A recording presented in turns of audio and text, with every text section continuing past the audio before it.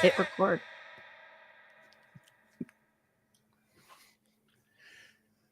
Welcome in, everyone. We are back for another episode, Adventures in Business. Mandy, how are we doing today?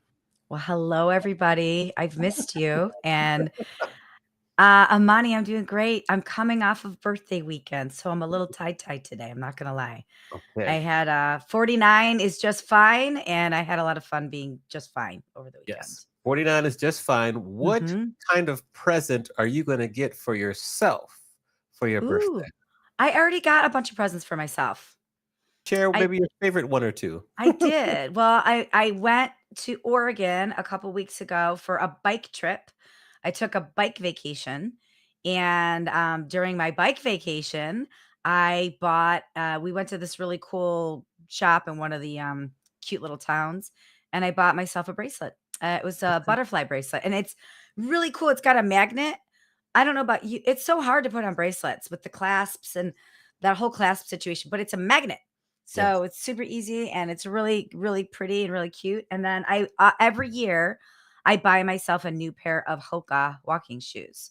It takes me about a year to wear them out. Okay. And so I bought myself my Hokas, and those arrived last week. I've been walking around. They're bright orange this year. Ooh, okay, we got some color. Now I know this last bike trip, we stayed on the bike the whole time. We did not have any falls, correct? I did not fall. No, not one. There was no bike incident. For those of you that might not have tuned in about, I think it was the July 8th episode, I had a bike incident where I fell off my bike. I was trying to avoid a sewer cap and a pothole, and my chain came off, and it veered into the road. And instead of falling into traffic, I decided to fall into the curb, which also meant I skinned my knee bad and got some really bad road rash. But it's all healed. I look good, and I did not fall. And my aunt was with me. She did not fall. But I will say, because of that incident back in July, I only stay on paved paths now. I don't go. I'm a bike. I used to be a bike commuter. I believe in sharing the road with cars, but I did not. I'm all about the paved paths now, because cars cannot be trusted. Let's just be honest. Everybody's they're doing everything but driving when they're behind the wheel right now. And cars cannot be trusted. So yeah, just go to your nearest paved path and enjoy your ride. Good. Well, okay. Well, glad you had a great birthday celebration, and you came back to San Diego safe and sound. I did. Okay, Amani, what about you? How was your weekend? Did you go see Mariah Carey? Okay, so I did. Oh, that's a good segue. So I did. So my weekend was good. I was recovering from the NSA conference. I was exhausted. So my weekend was good. And then I got up on Saturday and went to our local National Speakers Association Las Vegas meeting. And I said, okay, I feel like I can do it. Let's go see Mariah. Because if you didn't know, in the audience, you can see behind me, I got like a Mariah vibe cover. I'm a huge Mariah fan. Know almost all her songs, all the lyrics. I said, let's go. So I want to get as close to Mariah Carey as possible. I want front Mhm. row, which is a Heck good yeah. segue to our guest today. But there was no front row available about 5 or 6 hours before the show. So I got some good tickets. I rolled down to the show solo because none of my friends wanted to go or whatever. So it's like, you're lost. I'm going there. I went there. I sat in the back row. We are up on the 400 level or whatever, me, but it was great. She sang all her songs, about 80 or 90%, 90 minute performance. Um, the only song, I'm a big Mariah fan. She didn't sing "Love Takes Time," so I was a little bit Oh, sad about that such a one. I good love a good song. ballad, by the way, Marilyn. I love a good ballad. And then "I Don't Want to Cry." Those are only two songs she missed singing. Everything else she covered. It could have been a quick melody, like she sang a couple minutes of it. But she did well. Had numerous outfit changes and stage. It was good. I was so happy I went. I was so happy I went, and I was staying with some. I was around some cool people who were dancing and singing and getting along. So it was just a good old time. I'm Next glad time, you went, Amani. That's next awesome. time, I will get on the front row. And if you're wondering why I'm talking about the front row, well, let's introduce our guest today. So, our guest today is Marilyn Did they? Sherman. You see, that's such a smooth transition. I'm learning. I'm getting better. I'm learning. So, we're going to bring Marilyn Sherman to the stage. She is a graduate of Washington State University. When she first came out of college, she worked for Chrysler First Financial Services. Throughout her long and storied career as a speaker, she earned the designation of CPAE, which she's in the Hall of Fame for speakers. So far, she's written 4 books. We're going to ask her about that because I'm trying to figure out what would the next book be. I have ideas. And, she travels wide and far across the world. I mean, we're going to talk about it, but places as far as like Abu Dhabi, as close as Las Vegas, sure, Australia, all these places. And in her free time, she volunteers at the Catholic Charities. So, welcome to the stage, Marilyn Sherman. We'll give you a round of applause here. Aw. Thanks, Imani. Thank you, Mandy. Hi, Yeah, Marilyn. Welcome to the show. welcome It's to great the to see show. you. Thank We're you. we're excited to learn from you. Mandy likes to go back to the beginning, so I'm going to follow Mm, her theme. I Okay. want you to take us back to your dorm room at Washington State and tell us about all these affirmations you had up as a college student in your Oh, dorm room, which is very unique because most time we have pictures of people we like to look at or whatever, but you like had Mariah Carey affirmations up. posters. I had a Mariah Carey exactly. poster in my dorm at Howard. I did have one there. So yes, exactly. Why did you choose affirmations? Well, I was a big proponent of self-help books and motivational speakers. I mean, I was already, dove headfirst into this industry before I became paid to be in it. So in my dorm room, I had affirmations. I was such a nerd. I really was. I had affirmations around my wall, and I remember to this day. I painted them in big, bold letters: motivated, dedicated, open-minded, level-headed, healthy, wealthy, and wise. Aw. Those are the things I wanted to aspire to be. And then I would have like Zig Ziglar quotes hanging on little 3x5 cards from the ceiling. And yeah, every day, we move toward and become what's uppermost in our minds. I think Dennis Waitley said that. And so I always wanted to just wake up in a mindset of anything is possible. Yes. Anything is possible. So if we stay in this kind of space, I think maybe we might go back to high school. Tell Yeah. us, what does he mean to you? Well, Roger Crawford started it all because when I was a junior in high school, I was in a leadership program, and he came to our school and he spoke. And he had a deformed hand. He only had 3 fingers on one hand, and he had a prosthetic leg, and he was still an athlete. And I was so inspired because I was an athlete. And he told the story about running for a touchdown his senior year of high school, and a defender tackled him, but they tackled his prosthetic leg and it came off, and he was still able to hop into the end zone to score the winning touchdown. And I was so inspired by that story. I went home and told my dad, I said, Dad, I am so excited about the speaker that I saw today. I love how he made me feel. And this is what I want to do for a living. I want to do what he does. I want to do that. I didn't know what it was. Like, I didn't know how to say, I want to become a professional speaker, because I didn't know that existed. And my dad said that everything and anything is possible, but you need to get good grades, get into a good college, graduate, and then get a good job.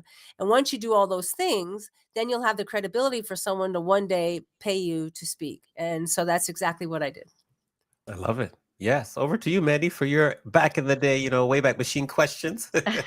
I love that your dad laid out your roadmap for you and Yeah, that you stuck to it. I yeah. mean, that's so rare. It's so beautiful.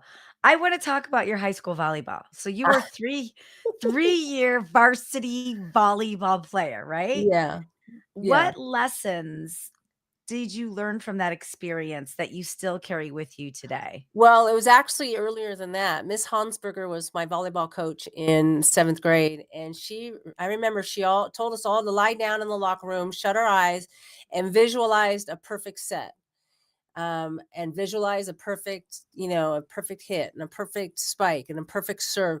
So I remember I'm getting goosebumps just thinking about it because Hmm. she taught me that there's no difference between a visually imagined event and reality. Your body doesn't know the difference. So ever since then, I used to visualize what my life would look like, visualize what my work would be, visualize what my career would look like. Visualize a perfect keynote. What does that look like? Visualize an audience really engaged in a message that I was delivering. So to this day, I will always remember Miss Hansberger teaching me the value of visualization. Wow, that's really powerful. And they really did studies on this. Like they would put Yeah. things on your brain and then you would shut your eyes and you would visualize a perfect serve, for example, and every part of your body that would need to be used to serve a ball would be stimulated, shown by brain waves. So Hmm. it's really factual. Visualization is very powerful, and you're right, it's totally scientific proven. Yeah. Alright, well, so I wanna fast forward now to, the things that you're talking about today. So, can you just share your philosophy on living in the front row of life? What do you mean by that?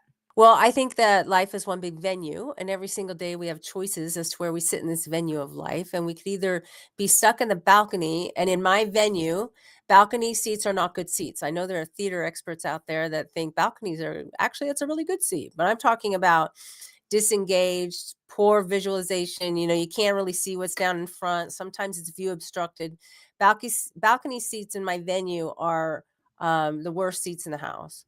And then you could be sitting in general admission. General admission is not bad, but it's not great. And a lot of people get stuck in their comfort zone and live their life in general admission. The problem is your general admission seat sometimes slips back into the balcony and you're back to being completely disengaged. Hmm. And then there's the front row, and the front row is where you get to say, it doesn't get any better than this. I love what I do. I love who I do it for. I love who I do it with. I love my life. I love who I am. I love who I'm becoming. I love every day I get up and I get to do what I do for a living. So it's a mindset about where you sit in your life. And I believe Now, sitting in the front row. Hmm. will you forgive me for not being able to be in the front row at Mariah on Saturday? Yes, of course. Because with the right attitude, any seat can be a front row seat. All right, I appreciate that. Thank you. Yes, you're welcome.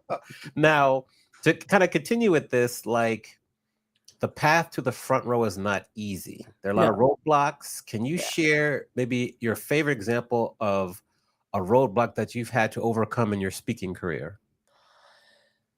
A roadblock that I've had to overcome. Um, well, I used to want to just be a really, really, really great speaker until I matured and realized it's not about me when I get up and speak. It's about what am I giving to my audience.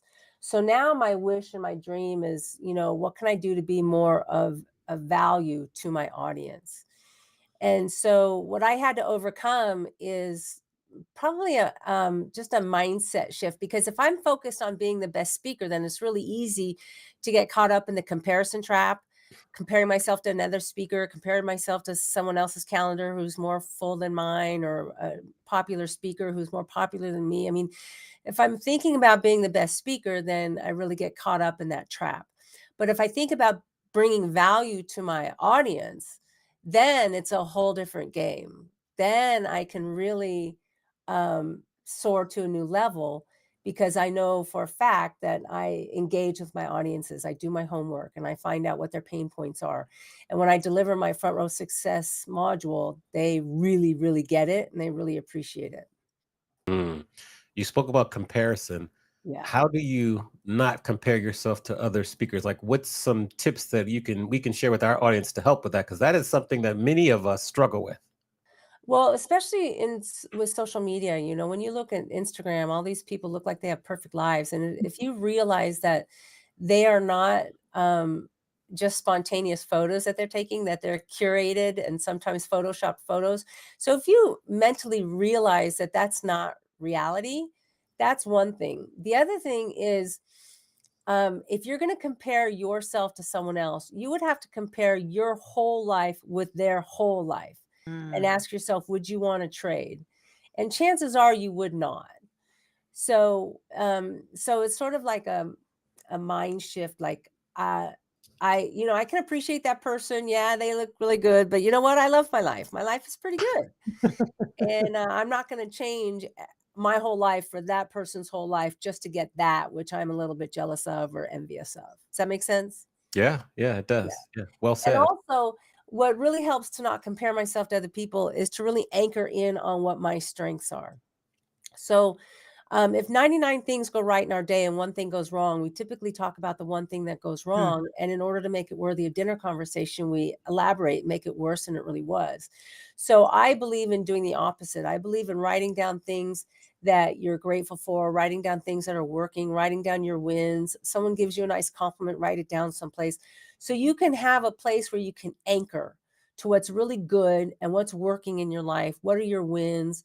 And the more you accumulate, the more you don't even have to access it, because you can just think about it and know that you can anchor to the fact that you are really good. You're good at what you do. You are of value. You are enough. And it's just good practice. Just good practice to keep track of all your wins. And then the next time you're tempted to compare yourself to somebody else, go back to what your wins are.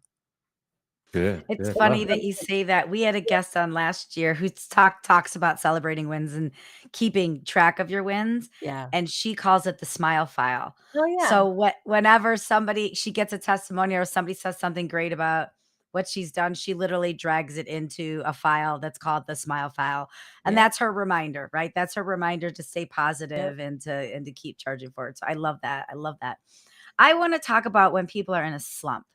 Because I think right now, I think people are tired and exhausted and overwhelmed and they get stuck somewhere. So how do you recommend people pull themselves out of a slump to perform better or just to be better? Well, for one thing, I have 2 answers to that. Number Okay. 1, there's no such thing as a bad day, only bad moments that people choose to nurse all day long. So if Mm. you're in a slump, you're gonna say something like, "Oh my gosh, I'm having one of those days," or "I'm having a bad day." And, let's say you go through Starbucks and you don't put the lid on all the way on your drink, and as you're pulling out of the parking lot, it falls over and you spill coffee on your lap. And you go to work and you announce it to everybody. "Oh my gosh, I'm having a bad day. Look at this. I spilled this huge cup of coffee out." You know what I mean? Mm. So now you're focused on that and you horribilize that. I know that's not a word, but I made it up. But you horribilize an I event. like it. I like it. You make it worse than it really is. And now here's the problem. You've just announced to your colleagues that you're having a bad day. No matter how much evidence is produced throughout the rest of the day that you're truly blessed to have the job that you have, the health that you have, the income that you have, the opportunities that you have, you're going to make it a bad day just to save face Yeah. because you already announced you're having a bad day. So change your language. I think words matter. Change your language. Instead of saying I'm having a bad day, just say I'm having a bad moment. Mhm. And so you acknowledge it, you don't deny it, you acknowledge it, but then guess what? As soon as you say it, that moment has passed. So at any given day, any given moment, any given time, you can stop and start over again. Like you can start your day over again.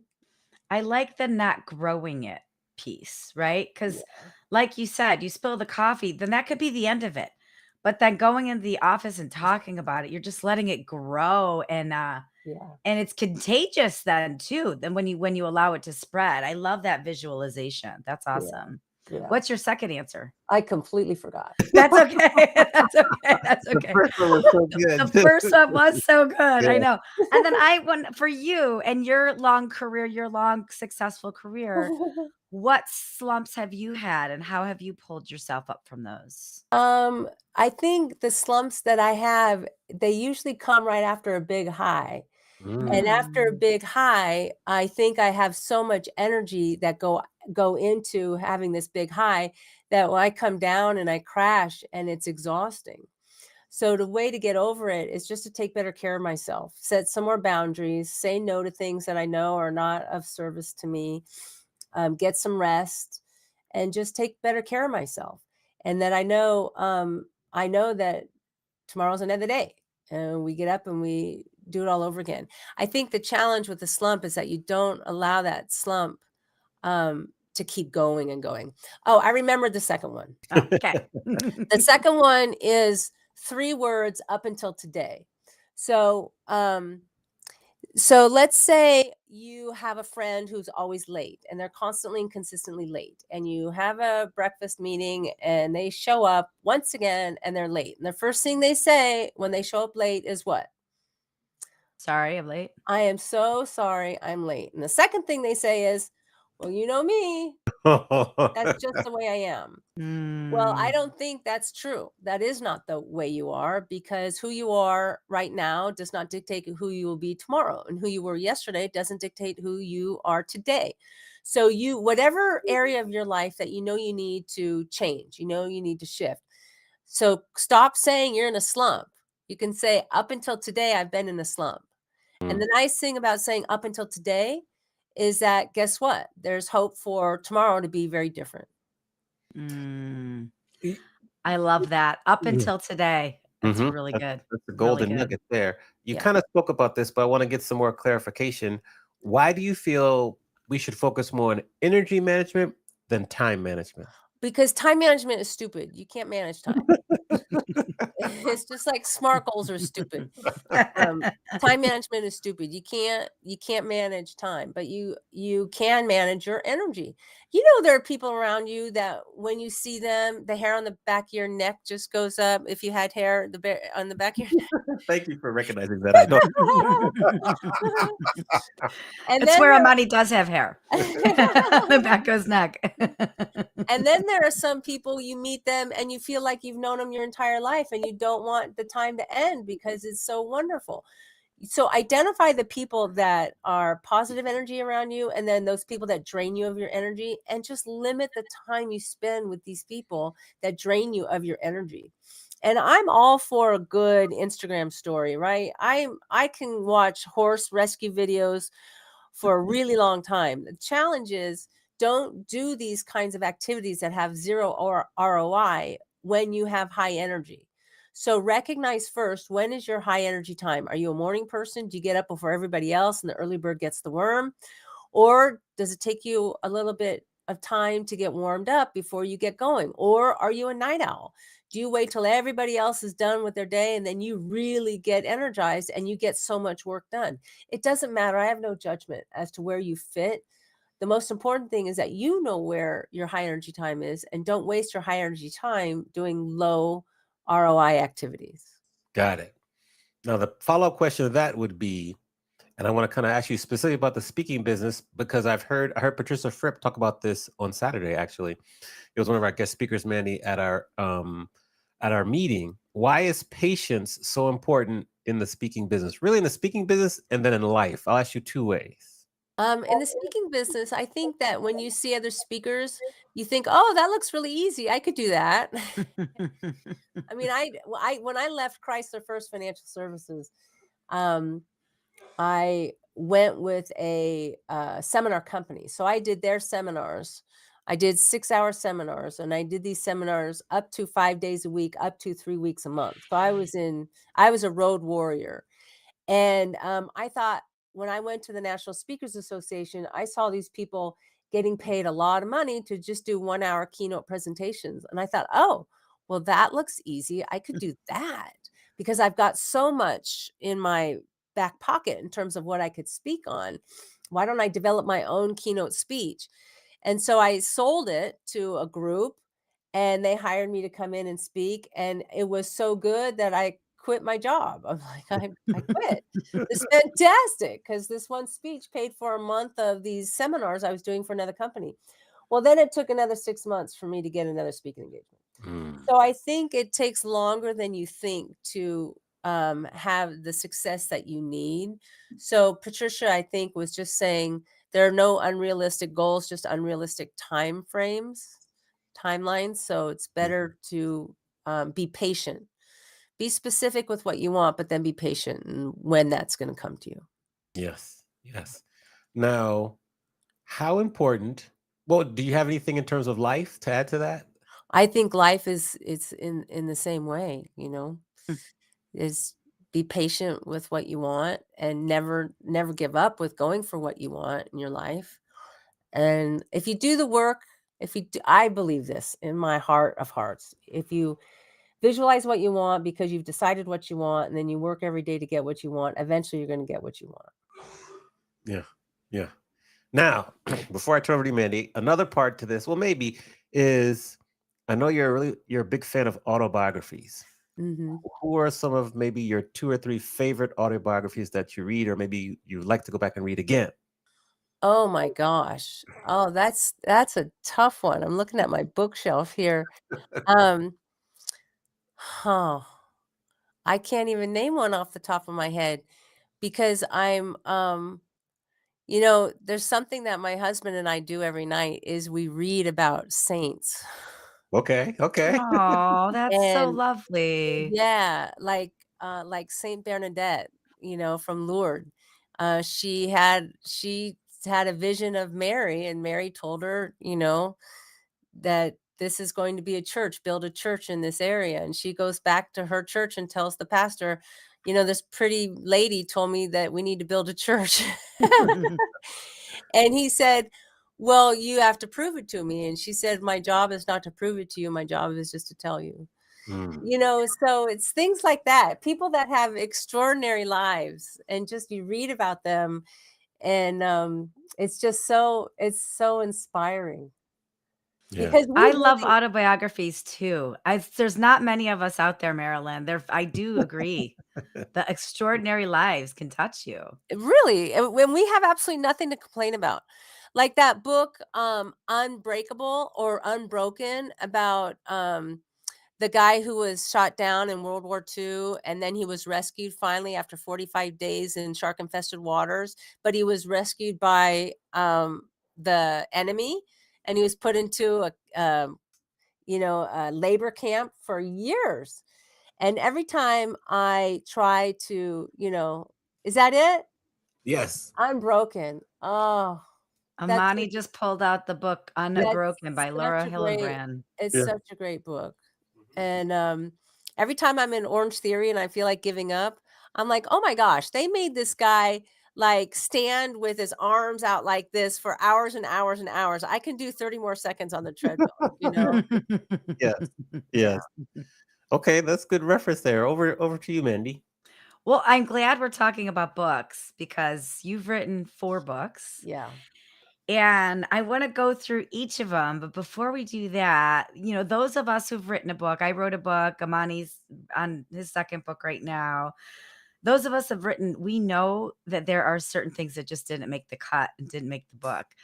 So I'm curious if something and of all 4 of them, you don't have to go through all 4, but, like, what is there something that didn't make the cut, something that grabs you or that, you can think about off the top of your head? Well, it's really funny because I was talking about writing books yesterday, or over this weekend at our National Speakers Association, and somebody was really procrastinating on their book. And I said, well, the advice I got when I was procrastinating on my first book is finish your darn book. No one's going to read it anyway. And it was really a message of done is better than perfect. And sometimes after you get off stage and someone wants to, shake your hand, give you a hug, and buy your book, they want to take a piece of that magical moment with them. And they take that book home and put it on their nightstand or put it in their office desk. And then they just have a piece of you. So sometimes it's just the act of who you are that people want to take a piece home. So my first book was Whose Comfort Zone Are You In? How to Lead the Life You Want, Be Happy Every Day. And that was basically a book about taking risks and not listening to what other people say that you should do with your life. Because if you listen to other people, two little seeds are planted, and those seeds are anger and resentment if things don't work out.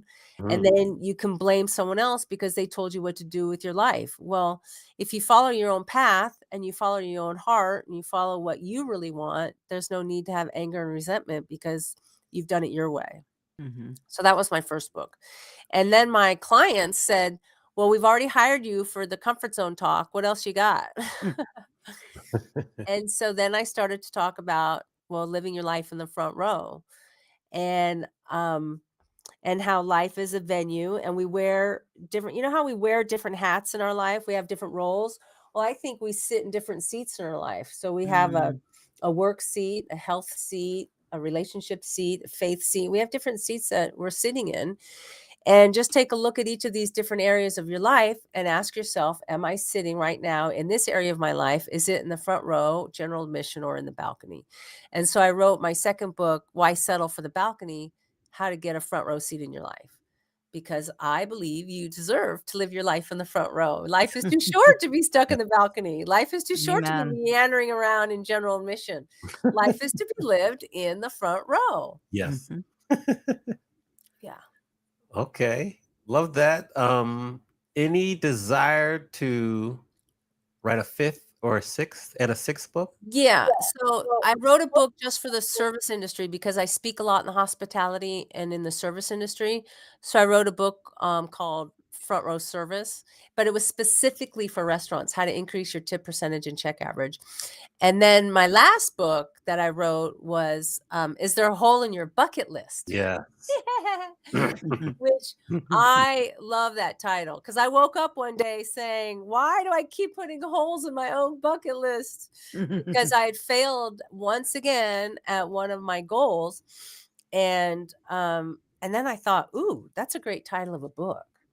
So I wrote out the title, Is There a Hole in Your Is There a Hole in Your Bucket List? And I thought, we all should have a bucket list because I believe everybody should have a bucket list. A bucket list for travel, a bucket list for work, a bucket list for relationships, a bucket list for everything.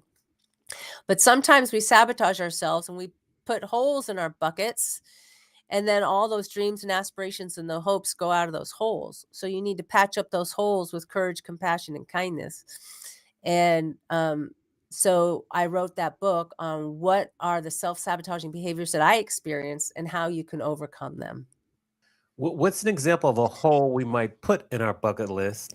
And then what is currently on your bucket list? Fear is the number one answer. Mm. Fear is an inhibitor for people to take action on their goals. And I always like to think of Sarah Blakely. She's a Yeah. Mm. self-made billionaire, founder of Spanx. Her and her brother growing up had to come to the dinner table with a story about what they failed at that day. And I love that because sometimes they'd have to run around and go fail at something before they could come in for dinner. And if you think about it, these kids were conditioned and trained to embrace failure. And if you're looking for failure, guess what? Every once in a while, you're going to come across success. Yes. Yeah. So, so I love that. I love that idea. So fear is a big inhibitor. That's a big hole that people put in their bucket list. Okay. And do you want to share what's kind of on your current bucket list? On my bucket list, Yeah. well, I've always wanted to speak fluent French. And my big, big, big goal is to one day speak fluent French, but speak in France in French. Oh, I've okay. spoken in Paris before, but it was a speech in English, and then I did a joke in French and little play on words in French. But I'd really like to be fluent enough that I could speak in French in France. Okay. All It's a right. We write good that down. goal. Yeah. Yes. Yes. Now, what did you learn from your health journey? If you can share kind of your little bit of your story of your health journey, and how did that change you as a person? Well, I'm a food addict and I've always been losing the same 50, 60 pounds, and that's what derailed my volleyball career when I was in high school is that I gained weight and then I couldn't get off the ground. And then my college prospects went out the window. I played junior varsity volleyball at Washington State University, but then I never made the varsity team like my roommates did. So I've always struggled with weight. And that's the one big thing that, I'd lose it and gain it and lose it and gain it. And that's when I woke up one day and none of my clothes fit. And I finally weighed myself, and I had put on 35 pounds like in 1 year.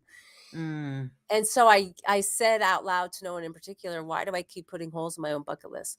So Mm. I finally found someone who had lost 60 pounds and she kept it off. And I went to her and I said, I'm coming to Dallas and I'm going to come and stay with you and you're going to tell me how you did it. She said, well, you got to come before 5 o'clock because by the time 6 o'clock rolls around, dinner will be over. So she told me about her coach and intermittent fasting. And as a result, I lost 60 pounds and I've kept it off.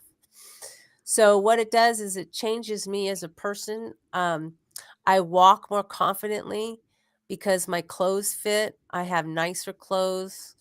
I've because there was always a cognitive dissonance, It's like I always felt judged.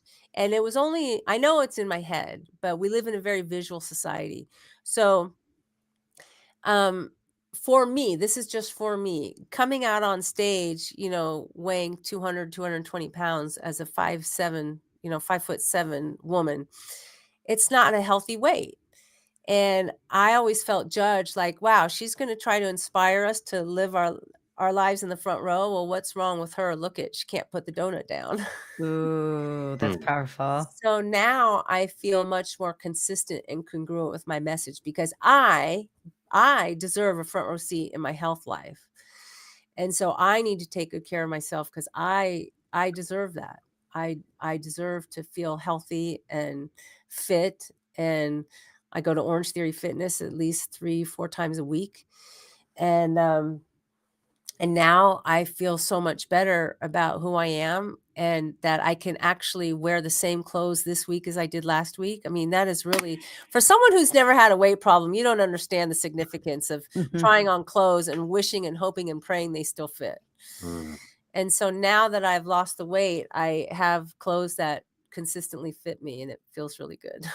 Yeah. That's awesome. What Thank is you your for sharing. eating window for intermittent fasting? What's your start Well, and end now I time? eat whatever I want whenever I want. I just don't want to eat a lot anymore. Okay. Mhm. So, yeah. Do you stop eating by a certain time at all? Or you No, we do typically eat pretty early though. We eat dinner around 6 o'clock at night, and then okay. after that, I'm pretty much done. Nice. Yeah, Thank you for I'm not a late night snacker, never have been. Yeah. Yeah. All right, we've kind of come to the point in the show where we flip the script. We let you ask both myself and Mandy any question you want to. Nothing is out of bounds. So, Wow. with that, I'm Wow. worried. What question and who do you want to ask the question to first? Okay, well, this one will go to both of you. Okay. What has been a front row seat moment in your life where you got to say, "Oh my gosh, pinch me. I can't believe I'm here. This is so cool." What was that for you? What did it look like? What did that feel like? Mandy, I'll let you take that one Mm. first. I have 2 that came to mind as soon as you said that, so I'm gonna share both, but the first one was October 21st, 2021, when I had my book launch party. And it was one of those ever since I was a little girl, I always knew I was gonna write a book. I knew it. Somebody bought me a t-shirt when I was 16 that said, "Be careful or you'll end up in my novel." Like, I've always known I was gonna write a book, and it was one of those things that suffocated me eventually to the point where I couldn't ignore it. I had to just do I had to just get it out there. And I was standing on a rooftop of a hotel in San Diego. It was a full moon under these beautiful market lights, and there's about 150 people there. And Wow. I just looked ar I just remember scanning the audience and just taking a deep breath in and being like, "This is exactly what I hoped this moment would be." People walking around with my book, I was signing books. I was just it was a goal of mine I had wanted for so long, and that was front row seat for sure, for That's sure. awesome. And Yeah, is your book a yeah. novel? No, that's the crazy twist and turn when I hired my writing coach. It's a funny business book. It's not a novel at all. It's a sales tales, the hustle, humor, and lessons of a life in sales. But but Oh. it when I hired my writing coach back in 20 I can't remember, 2017, 2018, I submitted a bunch of stuff to her and she's like, "You are not a fiction writer. You are not a novelist. Can you write about business? Because when you talk about business, the way you tell stories, I'm really interested. And there's a big hole in the business space for female writers, for funny female business Yeah. writers. Yeah. And I think that you would be really relatable. And that is how an accidental business Fantastic. book was born. I Yeah. love Yeah. it. That's Yeah. awesome. Yeah. Good question. Thank you for that. So Amani, what the about one, you? the ones I give you two maybe that come to mind. The first would be when I was inducted as the president of our MPI Southern California chapter, and I was able to give my. Were you there when at the induction, Mandy? Were I you there? wasn't there at the no. Okay. Ooh. No, I We were wasn't at, there at the we were induction. at Nope. this like fancy country club in like the hills in LA, and I was able to kind of give my speech or whatever and do like tremendous at it. That's one that comes to mind. And then, if I think about more recently, it's like when I was able to interview, like you saw, Kim Coles from Living Yeah. Single just a few weeks ago, Aloe Black a couple months ago in like at MPIWEC, like those times, I'm like, wow, like this is like really, really cool. And like, I wouldn't have imagined I would have been able to do that like 2, 3 years ago. And so the way that things change so quickly and like you can continue to get to these levels, it really makes you think like, wow. That's very cool. Yeah, yeah. Since you asked us both the same one, you can ask another one. Go ahead, go for it. If you like, it's your choice. Well, what would be your ultimate bucket list item? Huh. Like, what's next? What's the next big thing? And we're thinking like personal, professional. Anything. Huh. For me, like, okay, so we think about like my next book. I would love to interview Babyface. I would love to interview Quincy Oh. Jones. I Oh. would love to interview like Mariah Carey, but specifically like, R&B legends to ask them about their songwriting process, what Mm. inspired them to write specific songs. Like I would be like, oh my, if I could interview Babyface, I have a list of questions for him already. Like, Wow. that would be amazing to me. That would be amazing. So what have you done to get closer into his inner circle to get him to answer any question? I'm starting to Ooh. meet some people that are closely attached, and I said, "Oh, I think I may be able to get you an interview and this." So I'm starting to like build relationships, and I'm making progress slowly but surely. Once the book comes out, that'll help because then I'll be able to give them like something like, "This is what Yeah. I'm legit." Yeah. So yeah, I just keep trying to kind of dig away at that, but that's like high on the list. That's awesome. Yeah, I'd be over the moon. Oh, that's great. What What about you? about you, Mandy? What's next for you? I actually just set this goal for myself last month. So I want to achieve optimal health, Mm. optimal spiritual, mental, physical, all the health things. And I want to make the first important dent in it by the time I'm 50, which is A year from now. 1 year from now. Yeah. Mm. And so, I actually uh I had my first appointment today, signed up again with my trainer who I used to work with a long time ago. He's really good with weights and he understands visceral fat really well. Mhm. And then I signed up with an old coach I used to work with a long time ago. She's an executive women's coach. And she talk about clearing obstacles with a machete. Like she just helps knock it out. But I appreciate, Marilyn, you asked Amani, what's your goal and what steps are you taking? Because sometimes people ask, how are you going to get there? And that just feels a little daunting. Right. But the way you just phrase that, what steps? Because it's always just the steps Yeah. that lead to other steps that lead to other steps. So that was a good reminder that you just said that because I've been thinking about my optimal health goal lately and I've been thinking of it in this big way. And what I think you just encouraged me to do is really just look at it in these steps, Mhm. these baby moments before you get to the big moment kind of thing. So Yeah. just thank you for that. You're welcome. I Yeah. like to say that, you know how people say you have to have all your ducks lined up in a row? Mhm. I believe you just need to have your end duck and then start to take action, and then ducks will appear along the way. Yeah, Ooh, that's yeah, that's good. good. That's Yeah. good. Yeah. Since Mandy mentioned like she's getting a coach, I know that you used like a speaker coach throughout your career. How Mhm. has that been important to your career and how did it benefit you? Well, they weren't really speaker coaches. They were more like business coaches. Okay. And they would help me with my mindset. Like I would compare myself to another speaker and they'd be like, well, are you doing the same thing this other speaker is doing to get the business? So I'd be like, no. So I can't complain about that anymore, right? So no, it's always good to have another person in your ear to just help with shifting your perspective. And it also cuts down on your learning curve. I mean, you don't have to go it alone. You don't Right. have to go it alone. And that's what a nice coach does. It helps you see through obstacles that you didn't realize you could see through and put things into perspective and help you change your mindset. And usually, all the people that I know who have coaches, really it's how you not only the how-tos, those steps you need to take, but also overcoming the fear and the self-doubt and the comparison to other people. I mean, there's a lot of I think mindset has a lot to do with everything. So Yeah. that's what my coaches have done for me in the past. And then if we could go back to talk to Marilyn right after you got your first $500 gig with Rubio's. Reviews fish tacos. Yes. But give her advice based on everything you've learned since then. What Uh, advice would you give your younger speaking self? oh, I would give my younger speaking self advice to give myself some grace. Ooh, yes. I Mm. knew you were going to say that, but tell us why. Just because I think we're hardest on ourselves, and just to give yourself some grace. You've been through a lot. You've really made a lot of progress, and it's going to get better. Don't worry so much. It's going to get better.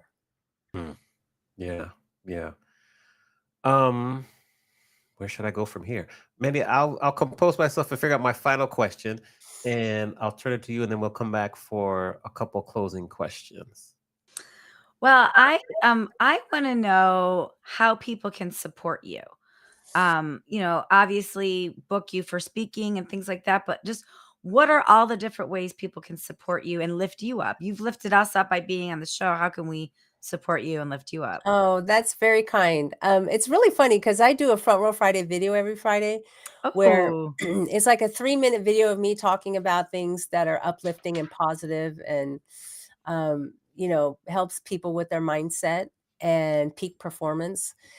And I post that every Friday on LinkedIn and on Instagram and my Facebook business page and on YouTube. So I think if people find me on YouTube to subscribe or find me on LinkedIn and follow me and then make a comment because I sometimes I get I people that are on my mailing list where I mail the video, they write back once in a while and say, "Wow, this one really hit home for me." And I'm like, "Oh, I'm really Mm. glad because I put it out there and I never know who's Mm, watching."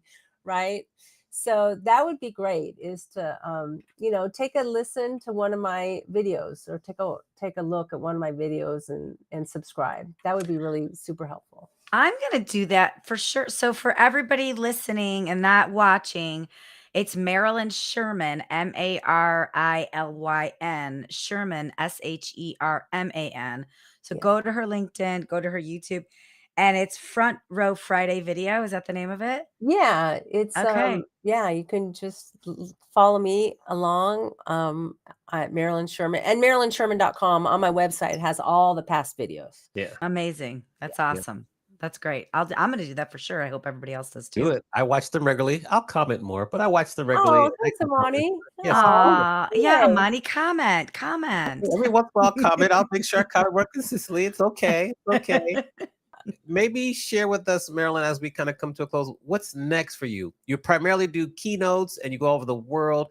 Like, what's next? Is there a Well, you know course? what's really interesting? Last year, I spoke in Saudi Arabia to the largest women's Yeah. conference or women's university in the world, and I spoke to all the deans. And I just heard back from the president that it looks like I'm going to be coming back again to do even more because there's 33,000 students there, and I spoke to 30 of the deans. And I just know that there's more possibility. And in my mind, I thought, well, what is a woman from Las Vegas speaking about the seat of success and having front row success? Would this message resonate with a bunch of PhDs in Saudi Arabia? And do you know that these women were so into my message? It was just so encouraging to me that my message of hope and inspiration is universal.